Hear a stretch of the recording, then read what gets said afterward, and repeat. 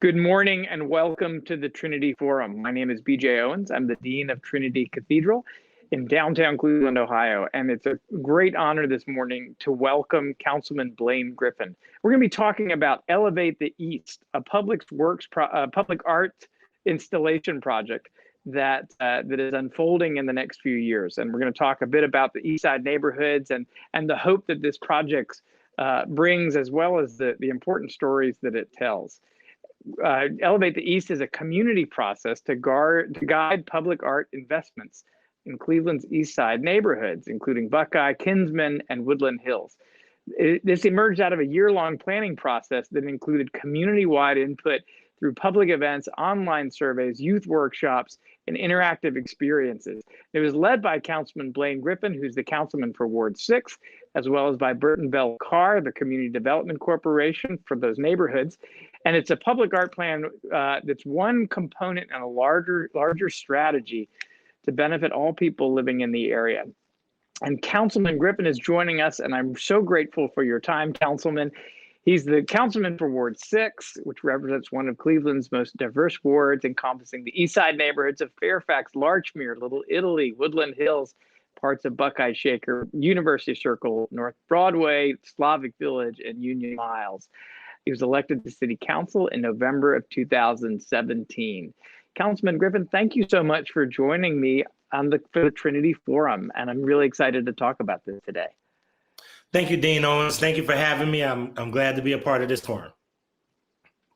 Well, before we start talking about Elevate the East, and we were talking a little bit before we started recording, I'm a relative newcomer. I've been here a little over 2 years, or I guess you could say I've been here for about 15 months plus one pandemic.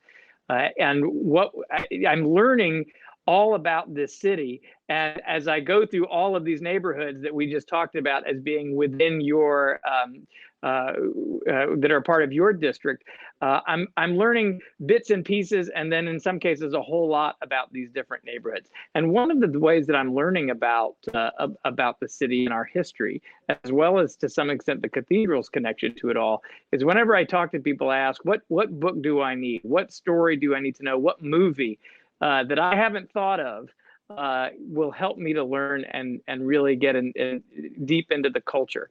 So tell me what should I put right on my bedside table on my bookshelf? Promises of Power by Carl Stokes, which shows the rise of Black political power in Cleveland. It's a must read. Carl Burton Stokes was the first Black mayor of a major city in the United States. And the book is not so much about his rise to power as much as it is about the evolution of the Black middle class in Cleveland and how the Black middle class in Cleveland established political power that was mirrored by other cities across the nation. A lot of people don't realize it, but Cleveland was one of the forerunners of segregation, integration, and how we dealt with Black political power in the United States. I would tell you, all your folks and yourself, that is a critical point, a critical book to read. Well, with that frame in mind, what cities would you point to where you really have seen that come to fruition in recent years? Atlanta is most notably the model. A lot of people don't realize that, but Maynard Jackson and a lot of the folks in Atlanta, Andy Young and all those folks, had close ties with Carl and Louis Stokes, as well as Arnold Pinckney. Jesse Jackson and his team really came here. Cleveland really set the template for Black political power. And the 21st is really focused around the works and activities of the 21st Congressional District Caucus, which at one point in time, it was nonpartisan, and African-American Republicans and Democrats could go there, as well as if you had issues of police brutality or violence, if you had issues with jobs and other things. This 21st Congressional District Caucus was ran by a lady named Anna Chapman. And Miss Chapman, who she helped a lot of us get started in politics, was a dynamo. She was one of those little old ladies who you never knew how much power she really wielded. But I could talk and go on and on about that. But it's a must read, and it's something you have to look into, Mr. Owens. Thank you for sharing that. I look forward to reading it. I want to talk about Elevate the East, which to me is such an exciting project, both as loving neighborhoods, loving artwork, loving the things that bring communities together. That art can get us to talk about things and connect on at levels that simply sitting down and having conversation. Sometimes it's hard to get started. We need something that is beyond words, that points to something deeper. And so I was so excited to learn about Elevate the East. If I could quote from the video that's on the website, and the whole report is available at the website. A resident who you work closely with, Myra Simmons, talked about the art that was coming in places that felt empty. And she said, the art that we're going to put here is going to show that we're here. Take a place where things are functional, but man, because that almost hide that absence hides the deeper stories and the people of the neighborhood. And those extras that we're talking about really matter. And the art that we bring in is going to show that we're here. And I love what she said, that public art, she said, it really makes you feel, And that language of the heart is such a great way to begin. So would you share just a little bit about Elevate the East and how it came about? Wow, where do I start at? Sometimes out of tragedy, and I forget the Latin term, you probably know it better, but sometimes out of tragedy becomes triumph. And what we experienced on East 93rd, which is a street of great people, second and third and fourth generation, in some cases, homeowners who've been living there a long time. But East 93rd and the corridor of East 93rd, experienced a lot of tragedies. And one of the tragedies that they experienced is the death of a young lady named Aliana DeFries. And in the death of Aliana DeFries, this was a 12-year-old girl that was brutally raped and murdered by a predator on a street right adjacent to East 93rd. We always wanted to remember this young lady, and we always wanted to make sure that we were vigilant and tell people not on our watch, that we will always monitor that corridor. Unfortunately, there have been other women, approximately 5 or 6 other women who have gone missing or been murdered on that corridor of East 93rd. But when we engaged the community, because we wanted to do something to remember Aliana, remember the families, the community said, you know what, there's so much more to us than these tragedies. And yes, we want to make sure that we acknowledge and support these families that have experienced these horrendous events. But we also want to express our pride of East 93rd, because this is a community that has been abandoned, disadvantaged, has experienced a lot of disinvestment. Of course, redlining and racism have relegated this community to deteriorate and experience, a traumatic experience over the last 25 years or so. So they wanted to really talk about what this street means to Cleveland and how do we activate it to tell the stories of the street. So we came up with a plan called Thrive 10593 that we got with a grant called Congestion Mitigation and Air Quality from NOACA, Northeast Ohio Area Coordinating Agency. And we got a $3.5 million grant to do planning there. But in addition to the planning for the actual corridor to improve roadways, bus stops, landscapes, we wanted to do something to liven the area up, so that when people go down East 93rd, they could actually experience sculptures, murals, landscaping, and other things as they go across this probably one of the most heavily traveled corridors on the southeast side of Cleveland, dare I say maybe the entire east side. And that's when we reached out to Burton Bell Carr to really come up with the concept of how we can do something to remember these loved ones that were lost, this young lady named Aliana DeFries, but also tell the stories and reflect the great culture, as well as this is the highest point on the east side, so the elevation points and the view sheds of the city are amazing. So there's a story. I learned what the term view shed was. Tell me what a view shed is.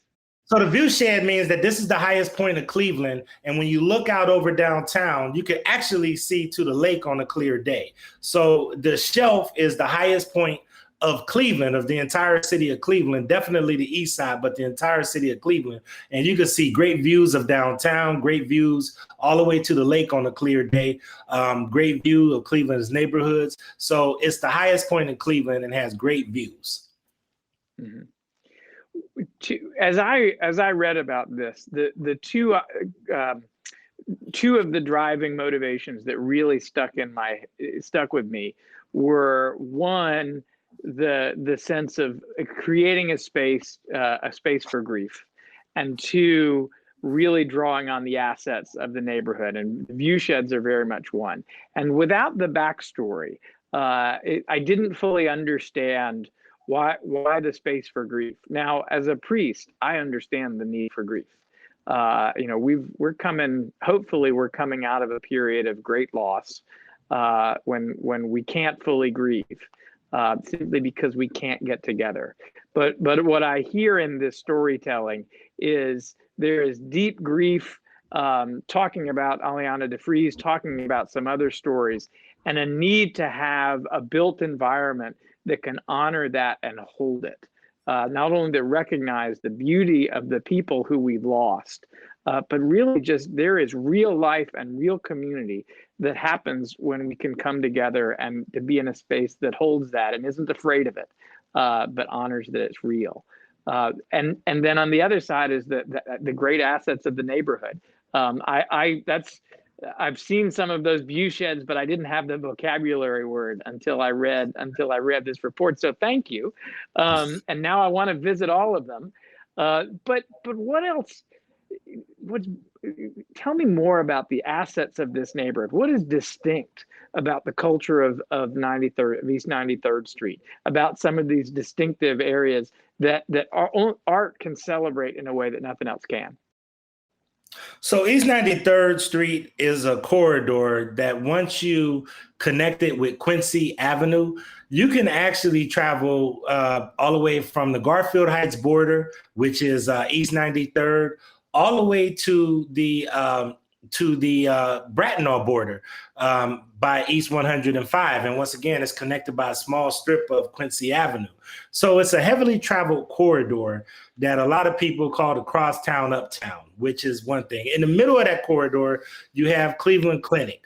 But when you come to the east, that is the part that, East 93rd and a lot of the area that we're talking about, you have, a lot of factories. You have a lot of the communities where ethnic community lived there first. And then once the migration of African Americans moved there, a lot of middle-class African Americans moved to that area.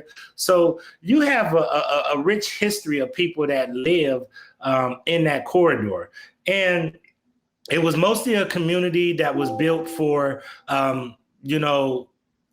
for a lot of the people that were going to work at the factories that were all in that in that whole corridor. And that's the reason why a lot of people moved into that area. I will also tell you that area used to have a recording studio of the famous Gerald Levert of the Mighty Levert family. You've had several other famous people that lived along that corridor, like Terrence Howard, who most notably is with Empire, who lived in that neighborhood. Mm-hmm. So yeah, a lot of famous people live in that neighborhood as well. So we just really want to capture the culture and the history and all of the faith-based institutions and other things on that area, on that corridor. Doing that with art, does that put more people on the street, walking around, seeing one another and engaging with one another? Absolutely. We want to make it a destination. That's the reason why we want to try to make sure that we have so many artistic features there. We want people to ride down East 93rd and Woodhill and have the experience and to be able to tell the stories. For example, the Woodhill East 93rd corridor at one point in time had a large Hungarian population. And you still, even if you have to go down Buckeye a little bit, right down the street from there, you still have the largest and oldest historical Hungarian Catholic church in the Eastern Hemisphere, right there on Buckeye and East 93rd, that is right adjacent to the corridor. So, not only is it the migration of African Americans, you had a lot of Hungarians that lived there. At one point in time, the enclave around Holda, Shell, Rose Hill, and East 93rd - Wood Hill had a large enclave of Japanese Americans that lived in that area. So I didn't know that. there was a lot of groups that lived there and transitioned there. And even when you look at Wood Hill Estates, it's separated by a rapid transit line, where north of the rapid transit line was a large Italian enclave that really moved into the neighborhood. And you have people like the famous Russo brothers that made the Avengers, that lived in the neighborhood, and other people that lived in this neighborhood. But then when you went south of the rail lines, it was a large ethnic enclave of Hungarians. So you still have a lot of people of Hungarian and Italian descent, even though it's probably about 95% African American in that corridor. You still have a large group of Hungarian and Italian folks that still live in that community because they've been living there since the 1950s in some cases. So it's a very interesting community. But of course, right now, a lot of African Americans are there. I would tell you briefly, if you allow me, Dean, this summer, in the midst of this crisis of COVID-19, we decided to put a Black Lives Matter mural directly on East 93rd. And we said, we're going to allow this to kick off the 50 actions that are listed in the report. And when we did that, you had people that came back to the old neighborhood of all races, creeds, and colors. People came from as far as Florida, South Dakota, Virginia, just to see this mural that was made. And the reason the mural is so magical is because we had 100 artists that teamed up with neighborhood residents to put the mural directly on the street. And we blocked off the street about 4 blocks for at least 8 weeks. And people came from all over the region to really experience East 93rd. So at the end of the day, we want to keep that momentum. We want people to be able to descend upon East 93rd, walk, experience the neighborhood. But most importantly, we want to bring back people to build houses and increase population in the neighborhood and make investments in the neighborhood. Absolutely. These streets, these neighborhoods are so thick with history and life. And art installations like this really help to lift it up. I'll use myself as an example. As a newcomer from another city, I am learning the map, and sometimes you have to be really intentional about that. But the Black Lives Matter on East 93rd helped me to figure out where East 93rd was, to know where a viewshed is, to drive down Kinsman, to place. I drive past and I see that's where Burton Bell Car is. All this. I'm slowly putting the map together, and these things take time. But they also take intention. And I'm really grateful for the work that you're doing, and Burton Bell Carr and anyone to help you're not redrawing the map. The map is there, but you're really lifting it up so that we can learn together the history of this place, but not just the history, the challenges, the hopes, and really be excited about it. I'm excited about visiting all these places, and I can tell you, my daughter and son are going to be furious because I'm going to get them and put them in the car, and they're going to have to see every single one of them. But after like the third, they're like the junior history scouts. They're the ones telling me all about it. So I just think it's so beautiful. So last year you talked about redlining, and redlining is something that is certainly important to us at Trinity. We had the Undesign the Red Line exhibit. A whole lot of people came, but we spent a lot of time with this exhibit in our space, and you couldn't help but learn from it and walk by it, and really be convicted by the story that it tells in terms of the history of housing policy along racial lines. And then here we are in the pandemic and seeing how redlining has creating lasting limitations on access to wellness, health, prosperity, broadband. So essentially, redlining is real. It is not ancient history. How does this help us to undesign the red line? Well, this actually, one thing that COVID-19 and unfortunately some of the civil unrest that we experienced this year helped unveil is that some of these age-old oppressive tactics that were actually government created actually still exists nowadays. You still have a problem getting a sufficient loan to repair your home or to buy a new home or build a new home in this footprint because of the property values, and things are below 50 to 40,000. So therefore, a lot of people, a lot of banks and a lot of finance groups don't want to invest in that corridor. This actually helps because what we're trying to attract is investment into a part of town that has been forgotten. Investment in a part of town that has tremendous potential. With the advent and with what we're doing with the Opportunity Corridor, we now have a route that will give better freeway access.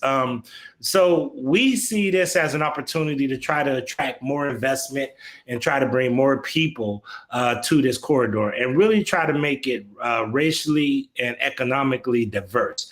Any areas that we've seen across the country that has that kind of racial, ethnic, and economic diversification and, put in place, it always does well. And that's what we would like to see happen in some of the footprints here. Yeah, my sister does some of this work down in Atlanta, and we often talk about return on investment. She worked with Beltline Atlanta, so that was a lot of bike trails with public art installations along the way. That this has real return on investment. That it draws people in, and certainly changes the experience of how we learn about the neighborhoods. Exactly. Well, what about some of these are arts? Sorry, did I cut you off? No, I was saying exactly. She's right. Yeah. I'm gonna have to tell my sister she was right. Now I'm in trouble. So we're talking about art. So what are some of the artistic themes, or can you say a little bit more about artistic themes of cultural identity, neighborhood history, safe streets, youth engagement? What drives when you're creating the commission for artists? What are you asking them to create around? We want people to tell the story of this corridor. And we almost want to try to make it like a book that you could actually walk down, and it tells the story of the neighborhood, through art. And that's, everything from even augmented art where you actually need the phone in order to take a picture of it so that you can see it, and kiosks that you might be able to do wayfinding and other things like that. Bike paths where we can actually, just increase bike paths and all those things over there. So I say all of that to say that we want the artists to come in and we want the artists to tell the story of the community and of the neighborhood. We don't just want arbitrary murals put all over the place. We want to actually do this in a manner that it actually reflects the evolving nature of our neighborhood. So whatever we do, we want the residents to be heavily involved. We wanted to tell the story of all of the heritage I just mentioned about the Italian, Hungarian, and then the migration of African Americans. We want to tell the stories of all of the folks, famous and infamous, that lived in the area. One of the things that I hope that they tell the story about is the Buckeye Community Congress, which was one of the forerunners of community organizing using the Saul Alinsky approach in the nation.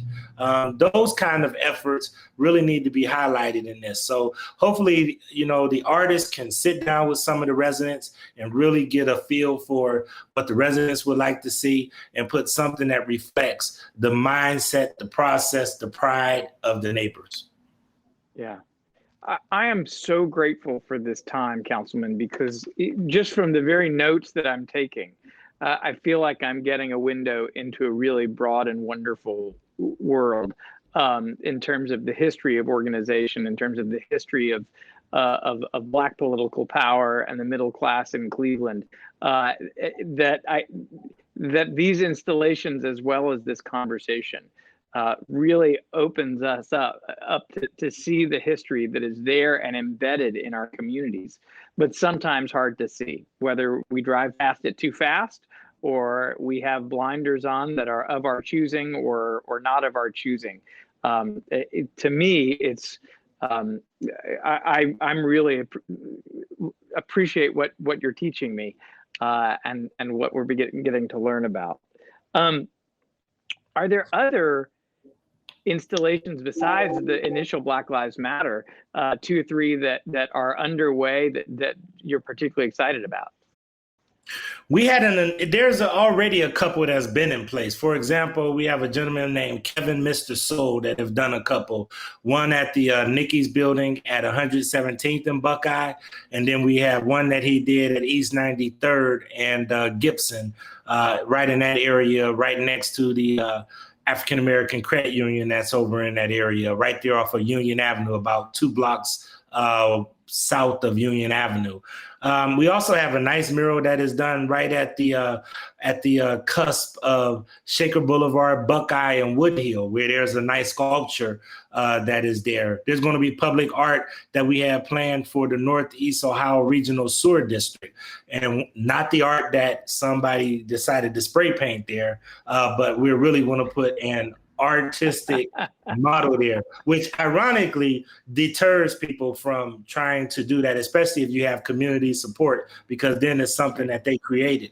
But the one that I'm the most excited about, that we're in the very infantile stages of, is a mural that is going to be at the RTA wall that is right in between Quincy and Woodland on Woodhill Avenue. And it's a brick structure. And it drives me crazy because right now you have a bunch of people that live in Woodhill Estates, Morris Black, we call it Morris Black, Woodhill Estates, that have to look out at this big, ugly brick wall. And all my life, I've been living over here in this neighborhood. I live directly on Larchmere, right by Martin Luther King Boulevard in Woodland. I've drove by that place for the last 30 years or more. And ever since I rode by it, I've always cringed at, why would a kid have to look out and look at this big brick wall? Well, finally, we're going to have an opportunity to tell the story of the neighborhood and activate that wall. We have a grant in place now. We had our first community meeting about 2 weeks ago, and now we're going to have community and artists team up to really go over there and really try to beautify that wall, which I can't wait to see happen. Mm-hmm. There was a similar effort, the city where I lived before, Greensboro, North Carolina, to not only to do a lot of work in downtown, but to make murals, public murals, a priority. And there's a strong artistic community in Greensboro. And not only did it beautify a lot of spaces that were otherwise not as beautiful as they could be, I just couldn't believe the creativity and depth that was in my city. I just didn't know it was there. So I love what it taught me, and I love what this is going to have it, how this can teach, and help us to see some of the deeper stories. And if I could, Reverend Owens, one of the things that I think is important in this too, is that we activate and that we captivate the young people that are going to school in some of the institutions less than 1, 2, 3, 4 miles of here. For example, Cleveland Institute of Art, which is one of the premier art institutions in the United States. They just were recently identified as the second best school for animation in the entire world. And, we want to those kind of institutions that actually are in another part of Ward 6 in the city of Cleveland. We want to get those kind of young people and institutions to come here and bring their expertise, because not only would they just put paint on the wall for a mural, not to simplify it or demean it that way, but they could bring that kind of augmented reality and other kind of innovative artistic approaches. And one of the things I'm very passionate about is that when someone is murdered or someone is killed in our city, talking about grief, the families oftentimes symbolize it or grieve by putting up teddy bears or taping teddy bears to a pole, or they'll put liquor bottles around a pole. And we want to find a way to have a more permanent fixture that is more neighborhood appropriate, and also that still gives these families an opportunity to recognize their loved one that we've lost in a very respectful and good way. And we want to try to have different things. There used to be a mural that used to be right there at there used to be a mural that used to be right there at Hulda and Woodhill that used to have a bunch of stuffed animals. And when it rained or it got muddy, these animals would be, in a horrible condition, or they'll be blown all over the place. And that used to frustrate me because that wasn't reflective of their loved one. And that also was a nuisance to the community. So it wasn't good for anybody. And now we want to try to have something that can actually help, beautify those kind of things. Once again, I wish I could remember the Latin term, but it's a Latin term that talks about how out of tragedy we can actually have beauty. Yeah, I think of when the best funerals are the ones that where your sobs are deep and meaningful, but you also have moments to laugh and remember your loved ones. And without grief, you don't heal. We don't heal. And without memory, we kind of lose our own bearings. Right. So thank you for that. Mm-hmm. As I learned about the public feedback, you all asked some really wonderful questions. And I'd love to hear what you heard that really, in response, that really sticks with you. And the questions, are, you asked neighborhood residents, what kind of action makes me feel valued? What kind of feel valued? What kind of actions make me feel inspired? When people think about my neighborhood, I want them to see what? But questions of what makes us feel valued? What makes us feel valued? What makes us feel valued is to actually have people who are listening and people that really empathize. One of my favorite classes in school was Aristotle's rhetorical theory.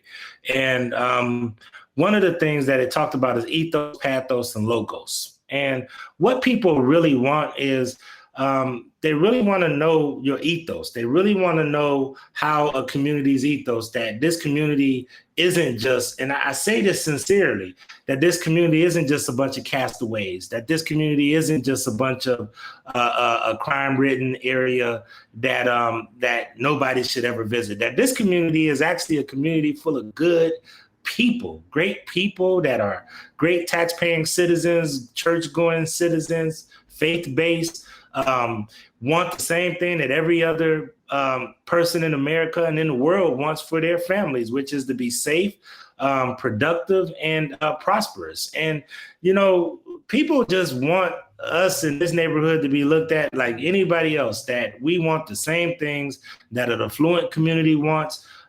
Just because a community is poor and predominantly people of color doesn't mean that we don't have the same lofty aspirations that everybody else has in America. And people want that story to be told. We're tired of being portrayed in the newspaper and in the media as, don't visit that place because it's dangerous. Don't visit that place because the schools are bad. Don't visit that place because, there's nothing there to offer. There's nothing but poverty and misery. We're tired of those labels. So people are in the process of trying to shed those labels. People are in the process of trying to make sure that people understand the ethos of this corridor and how people here made a decision to live here and have a decision to fight for this community. What does service mean to you as someone who grew up in this community and is very much dedicated to continuing to care for it? So, and I got to put this in context. A lot of people look at politicians as bad people. I'll be honest with you. People have lost a lot of faith, not just in politicians, but in a lot of our systems in period, in government and everything else. I tell people that I'm not necessarily a politician. I'm a public servant.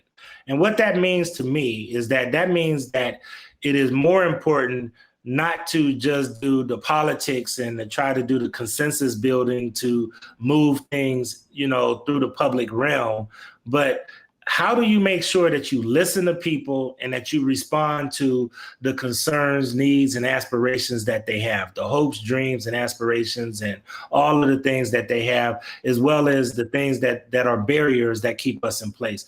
This area that we're talking about doing this has the lowest life expectancy in all of Cuyahoga County. How do we change that narrative? How do we make sure that we connect the institutions and the people that can help make change that people can touch, feel, see, and hear? And that's one of the reasons why we wanted to do this art project, so that people can touch, feel, see, and hear and experience the ethos and all of the things that we're talking about for this community.